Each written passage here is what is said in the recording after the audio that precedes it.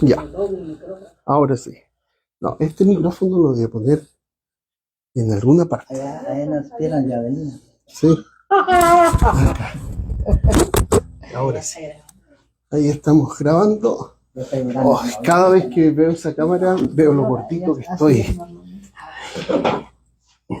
Al fin chileno. Vamos a leer el día número 10. Página 28 del libro. Estamos leyendo el libro Sanar, Fortalecer y Confrontar. 30 días de consejería bíblica. Desánimo en medio del sufrimiento. Por favor, lea el versículo, Marina.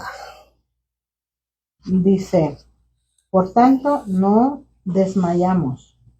Antes, aunque nuestro hombre exterior se va desgastando, el interior, no obstante, se renueva de día en día.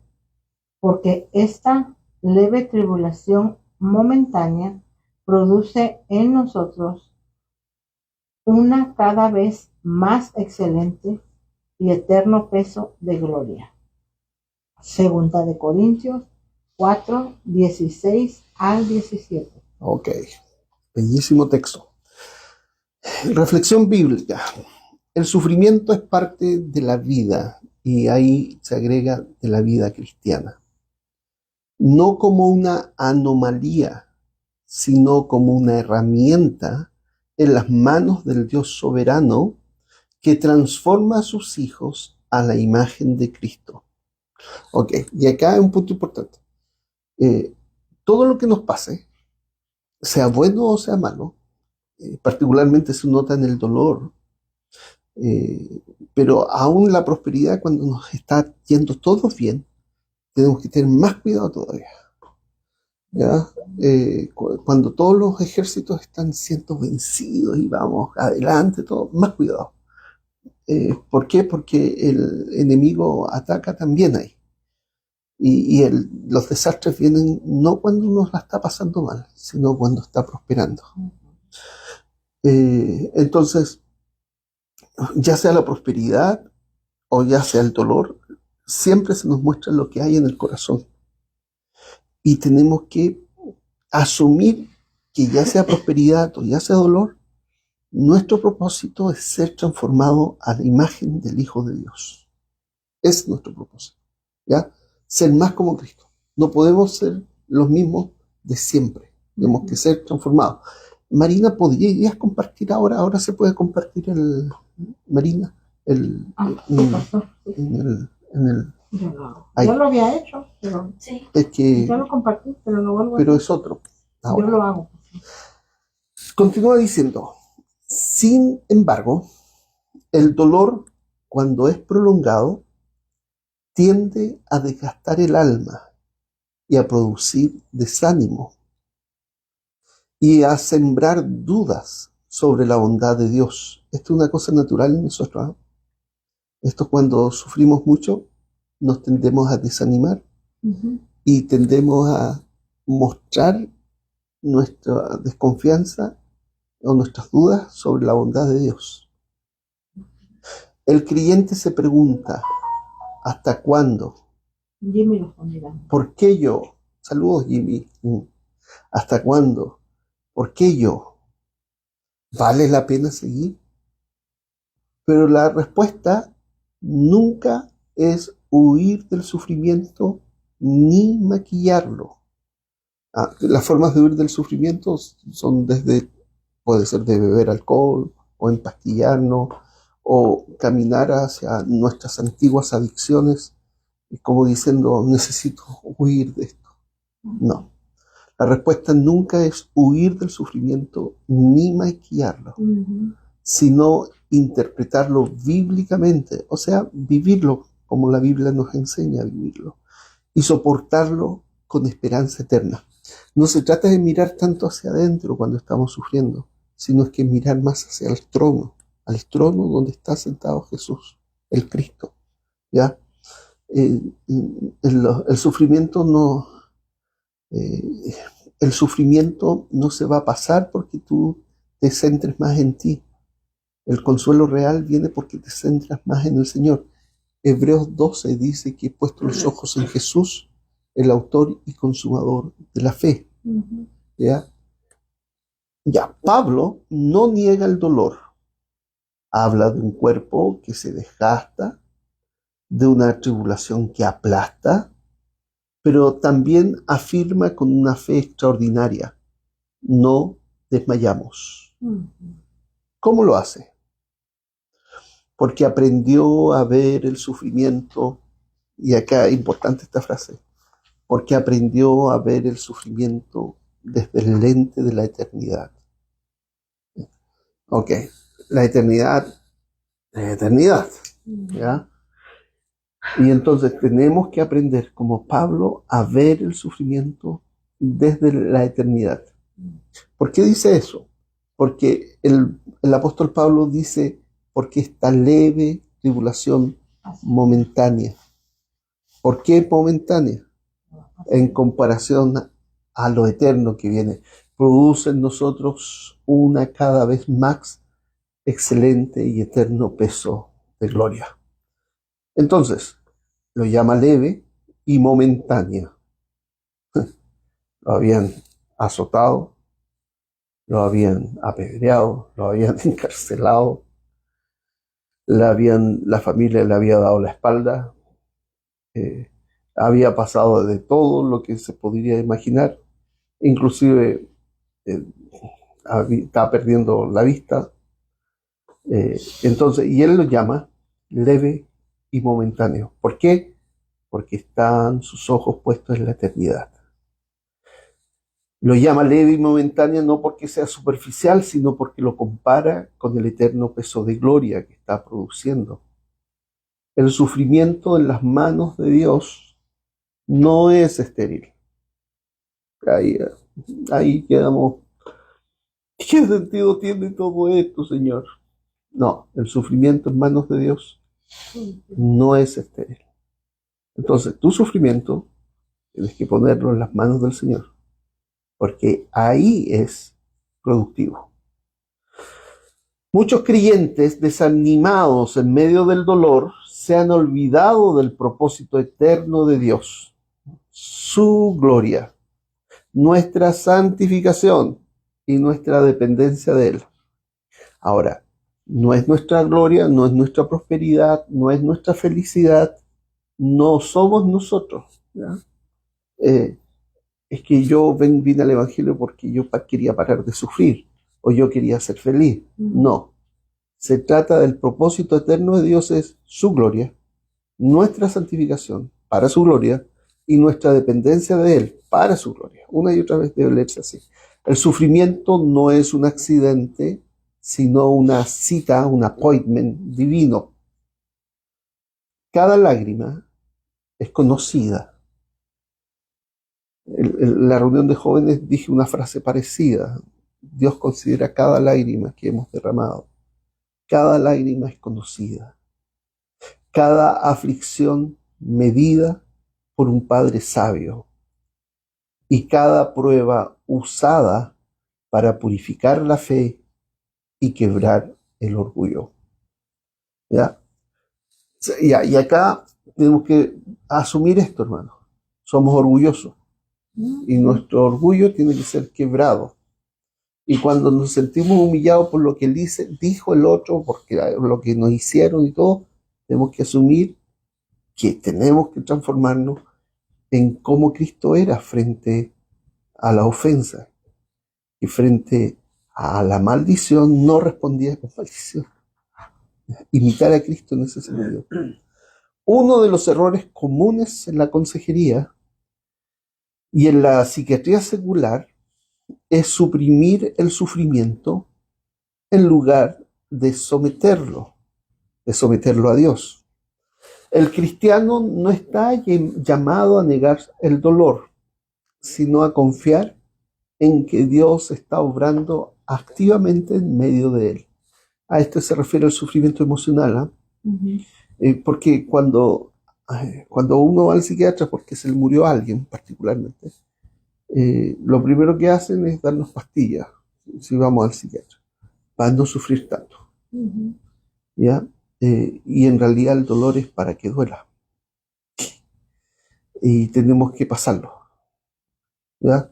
Pero no pasarlo solo, sino someter nuestro dolor al señorío de Cristo y esperar que produzca en nosotros el ser transformado a la imagen del Hijo de Dios. ¿Ya? Eso nunca se hay que olvidar. No es ser transformado nomás, no, es ser transformado a la imagen de Cristo. Ujú. ¿Ya? No, no es que yo estoy creciendo, cambiando, no, es que soy siendo transformado a la imagen de Cristo. Eso es. O sea, el sueño que tengo en mi cabeza y el sueño que tú tienes que tener en tu corazón y en tu cabeza es ser más como Cristo. Ujú. ¿Ya? El cristiano no está llamado a negar su dolor, sino a confiar en que Dios está obrando activamente en medio de él. Y aquí importante, se murió tu ser querido, ¿ya? Voy a dar mi ejemplo, se murió mi hermano cuando yo era niño, eh, eh, pero tiene un propósito eso, el que conozcamos a Dios y nos acompaña en medio del valle. Como dije el otro día, Dios no nos prometió que nunca íbamos a pasar por el valle de sombra y de muerte, sino que nos prometió que cuando pasemos nos iba a acompañar. El desánimo aparece cuando olvidamos que este mundo no es el final. La fe entonces nos entrena a mirar lo invisible, a sostenernos no en lo que vemos, y acá me gusta mucho, sino en lo que se nos ha prometido. ¿Ya? Y acá es importante esto, no son importantes las promesas que tú le haces a Dios, sino las promesas que Dios te ha hecho a ti. Amén. ¿Ya? Eso es que yo le prometí a Dios servirle. No, no son importantes. ¿Ya? Lo que importa es que si tú crees en las promesas de Dios como consecuencia natural y lógica, tú le vas a servir. Amén. ¿Ya? Si hoy estás en medio del quebranto, no corras al entretenimiento ni a la queja. Acuérdense que la Escritura dice, bienaventurados los que lloran, porque recibirán consolación. No dice bienaventurados los que se quejan. ¿Ya? Entonces no corras al entretenimiento, ni a la queja, ni a la resignación. Corre a la palabra. Pregúntale al Señor, ¿qué quieres mostrarme? ¿A quién quieres que me parezca más? ¿Qué ídolos estás removiendo? El dolor no es un enemigo, sino un siervo del Dios vivo que te ama. El sufrimiento que enfrentas no te está destruyendo, está preparándote para un peso de gloria que ahora no puedes imaginar. Y aquí hay algunas preguntas. ¿Has permitido que el sufrimiento apague tu fe en lugar de profundizarla? Y aquí vamos a conversar un ratito. ¿Cuál es la pregunta que hace el libro? ¿Has permitido que el sufrimiento apague tu fe en lugar de profundizarlo?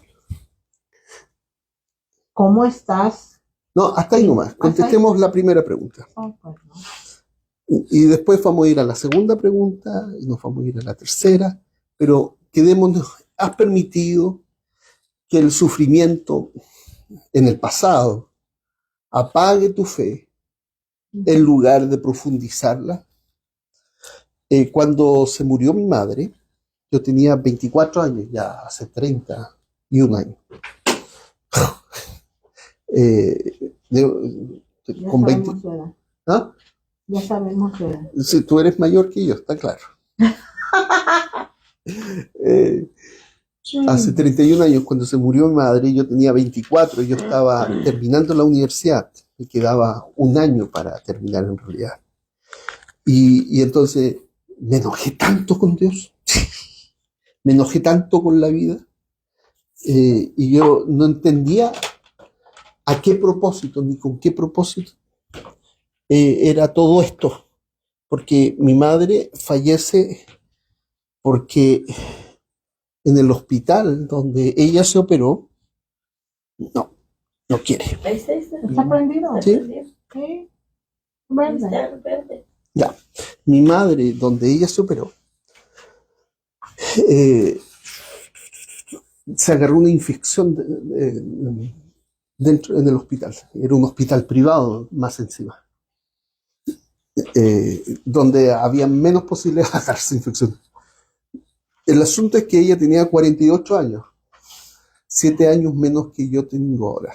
Entonces, a todo esto, yo casi me muero a los 47 y yo decía, hoy parece que me voy a morir a la misma edad de mi madre. El asunto es que, interesantemente, que cuando ella fallece, y yo también estoy a punto de morirme a la misma edad, o muy similar edad, y yo estoy tranquilo, y le digo, al Señor le digo, yo he vivido una buena vida. Tengo hijos, aunque eran chiquititos. Martín tenía 4 años, 5 años. No, a ver, 2000, no, tenía 9 años. 9 para 10. Martín, Cristóbal tenía 14, Sofía tenía 12 para 13. Entonces yo decía, he tenido una buena vida. Le dije a mis hijos, no te enojes con Dios por esto. Y cuando le digo no te enojes con Dios por esto, es porque yo me enojé con él. ¿Ya? Cuando falleció mi madre. Entonces, no, yo he tenido una buena vida. Y entonces, de alguna manera era lo mismo que mi madre me hubiera dicho a mí, yo he tenido una buena vida. Y si es mi tiempo de irme, me voy tranquilo o me voy tranquila. Entonces, pero uno cuando tiene veintitantos, no lo entiende y es necio. Creo que la necedad se empieza a ir como a los 50 de uno, ¿ya? Algunos siguen siendo necios porque se enojan con el Señor y no ven que el sufrimiento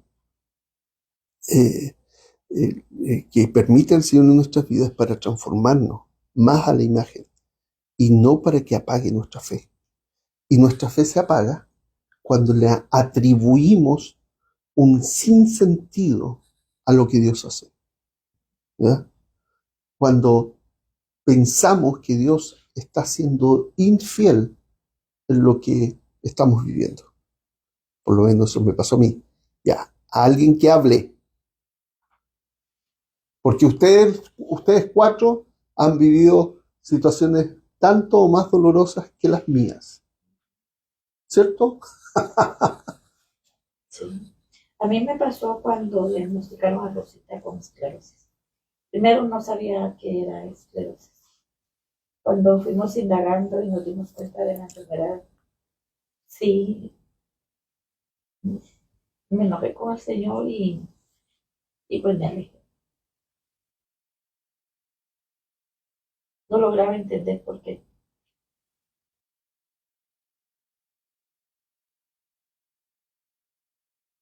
Y pasan muchos años y aún no entiende por qué. Pero el tema es este. A través del dolor, Dios nos transforma en personas más humildes, ¿ya? Y a través de las circunstancias, nos transforma más a la imagen de Cristo. A mí me impresiona un texto que habla sobre que tenemos tal sumo sacerdote que entiende nuestro sufrimiento, porque Él sufrió tanto o más que nosotros, ¿ya?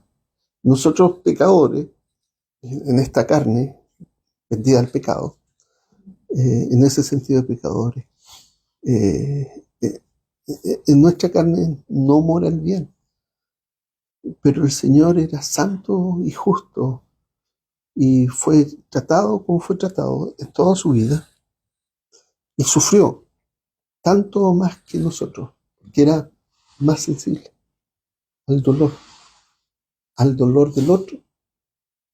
Y ahí tú lo puedes ver cuando llora en la tumba de Lázaro. Y entonces, el propósito del sufrir es ser transformado a la imagen de Cristo.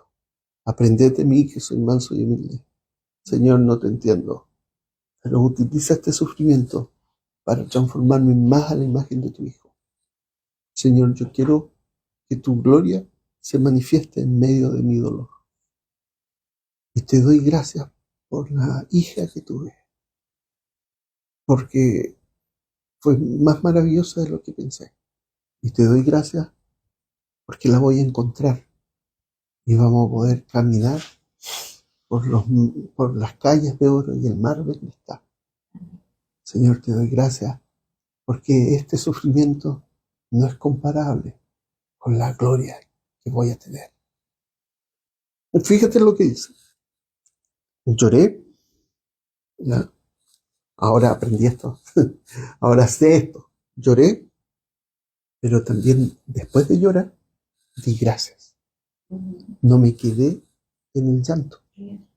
Le pedí, incluso le pedí al Señor, pero también le agradecí al Señor. Señor, hazme ver con tus ojos, porque yo sé que tú vas a usar esto para tu gloria. ¿Comprende lo que estoy diciendo o no? ¿O es chino? No. ¿Quién nos puede decir, o usted nos puede decir algo respecto a este? Porque usted también la pasó mal. No, yo gracias a Dios no he pasado casos y me he encomendado. Nunca he dejado de congregarme, siempre lo he buscado, he orado por él Eso es un don. y me ha ayudado, pues eso. Eso es un don. Es un Yo don. sé que él ha estado conmigo. Cuando nos alejamos, nos amargamos respecto a todo, ¿ya? Y nos amargamos. Y en vez de darle honor a la persona que partió, los deshonramos, ¿ya? En nuestra amargura. Porque ellos no querrían que camináramos hacia la amargura, ni querrían que nos alejáramos de Dios, ¿ya? Eso es como... Y hasta ahora le damos gracias a Dios, juntos y no, gracias a Dios no nos falta nada. Él siempre ha sufrido lo necesario. Amén. Siempre ha estado con nosotros. Unas buenas y hermanas, ahí vamos a la mano de él. Y siempre le pedimos, cada vez que vamos a hacer un cambio, le pedimos a él que nos alumbre. Ya, Marina, te toca. Pues el problema y la ignorancia en mi vida estaba ahí y que yo no la veía, porque cuando yo muy chiquita me salí del convento y me vine para acá, en vez que buscara la verdad, yo ya sabía que eso era mentira, pero no me puse a buscar la verdad. Yo lo que hice fue alejarme. Yo Sí, recuerdo que... Si eso es mentira, todo es mentira. Entonces, yo, o sea, ahora entiendo, pero ahora ya pasaron muchos años. Pero yo en ese tiempo no entendía que Dios me había sacado de ahí, porque quería que yo supiera que eso no era lo que Él quería, porque yo quería, yo le decía, si yo quería entregarte mi vida para ti, ¿por qué esto es mentira? Y peleaba con Dios.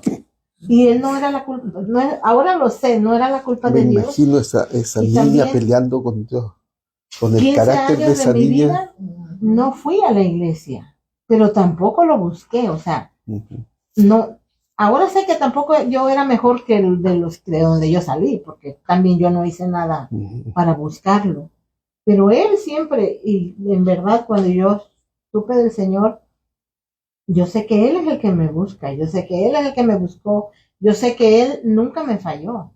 Ese deseo que yo tenía de servirle, de que mi vida le honrara a Él, yo lo podía hacer, pero no era de la manera donde yo me emocioné, porque esas eran mis emociones. Dios quería que yo sirviera desde temprana edad, pero lo hice del lado equivocado. Pero gracias a Dios, Él me quitó de mi casa, me quitó de mi parentela, me quitó de mi país donde nací, me vino a otro lugar donde no conocía a nadie. Y le doy gracias a Dios porque me encontró. Y Él fue hasta donde yo vivía, mandó a la gente a tocar la puerta y a hablarme. Y yo me recuerdo que mi esposo me decía, ay, son aleluyas, ellos le lavan el cerebro a la gente, no caso. Pero gracias a Dios, Dios mandó a hombres y mujeres que tuvieron la paciencia de explicarme, porque si piensan que yo soy fea ahorita, cuando yo no tenía a Dios, yo era horrible y era yo pensé que yo lo sabía todo. Entonces, yo cuando me acuerdo la primera vez que vine a la iglesia y el pastor empezó a hablar, yo le decía, estás equivocado, eso no es verdad, eso no es bien, bien mal educada, horrible, horrible. Pero Dios me enseñó porque a ese hombre no me contestó y él me dijo, le voy a regalar una Biblia. Cuando usted encuentre todo eso que dice que yo dije que no es verdad, hablamos. Y ahí es donde pues, me desarmó porque lo que yo pensaba era la mentira. Y aunque lo sabía, seguía creyéndola. Sí. O sea, hasta que Dios te liberta, eres verdaderamente libre, ¿no? Esa es mi casa. Abelinita o Abelinota. La cosa es conmigo ahora. Abelinota. Pastor,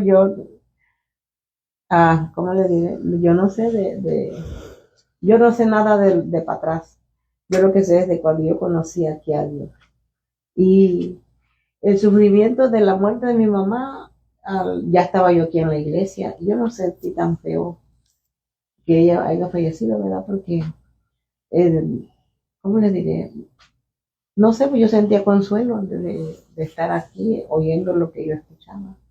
Y con lo que pasó con Joe también. No, yo me sentía bien, yo sentía que sí, es una ausencia que se siente, pero cuando tú estás dentro de la Biblia, leyendo lo que dice todo ahí, para mí fue como, no sé, yo me sentía como que alguien me consolaba a la vez. ¿Por qué? Porque yo decía, pues yo sé que él va a estar bien. Y mi mamá, yo decía, mi mamá también está bien. Mi mamá no mi mamá era católica. Ella tenía sus vírgenes, sus santos, ¿no? Pero cuando yo me vine para acá, de ella no la miré. Nomás hablaba por teléfono con ella, ¿verdad? Pero me decía ella que si yo estaba ya acá ella me decía que yo me casara. Cásate, dice, y cásate. Me casé yo porque ella me decía y me decía. Pero le digo, sí, sí me voy a casar un día, le decía yo nomás. Y ella se quedó con su catolicismo y yo, en la palabra donde estoy ahorita, yo me siento bien, estoy bien. Yo confío en que Dios me ayuda en todo. ¿Verdad? Ahora, hay gente católica que es cristiana. No todo católico es cristiano, ni todo católico no es cristiano. ¿Ya? Hay católicos que son cristianos. Que lo sepan o no ellos es otra cosa. Pero hay evangélicos, lo mismo, que no son cristianos. Y evangélicos que sí son cristianos. ¿Ya? Y entonces, es sencillo. ¿Tú crees que Jesús murió por tus pecados? ¿Y crees que Él resucitó? Si crees esto, que has sido perdonado, entonces eres cristiano. ¿Ya? Ahora, el consuelo con el que Dios nos consuela es para consolar a otros. Entonces no se tienen que quedar callados cuando ven a otros sufrir. ¿Ya? Porque es un ciclo. Es como un río que llega a nosotros, nos lava, pero no tiene que quedarse con nosotros, sino que debe llegar a otros. ¿Para que con el consuelo que Dios nos ha consolado, consolemos a otros? Ya, ¿cómo? Entonces acá hay dos o tres preguntas que las vamos a pasar. ¿Cómo estás interpretando el dolor? ¿Como castigo o como propósito? Es importante esa pregunta, porque si lo interpretas como castigo, vas a pensar de que Dios es injusto, pero si lo interpretas como propósito, y el propósito es ser transformado en la imagen del Hijo, es como, Señor, trabaja en mí aunque me duela. ¿Ya? Es como cuando hay que sacarse una muela y uno se la saca nomás porque es peor que se quede. No, pero acá más que sacarse una muela, es ser transformado en la imagen del Hijo. ¿Qué promesas de Dios necesitas recordar hoy para no desmayar? Y es importante eso. Siempre estar mirando a las promesas de Él. Y entonces haz una lista de 3 formas que el sufrimiento te ha acercado más a Cristo. Luego escribe una oración de acción de gracias, no por el dolor en sí, sino por lo que Dios ha producido a través de él. Y aquí viene la oración. Dice, Señor, estoy cansado y abatido. El dolor ha sido real, pero también lo es tu fidelidad. Ayúdame a no desmayar, a no dejar que las circunstancias definan mi esperanza. Gracias porque mi tribulación momentánea no es inútil. Está produciendo algo eterno.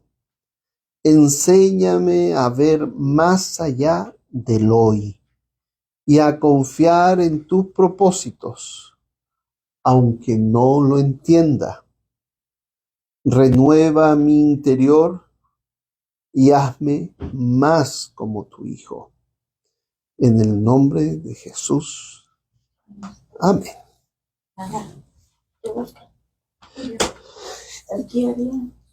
Sí, habían varios. Se fue para allá. Bueno, estamos concluyendo la lectura y la reunión de hoy día en esta parte.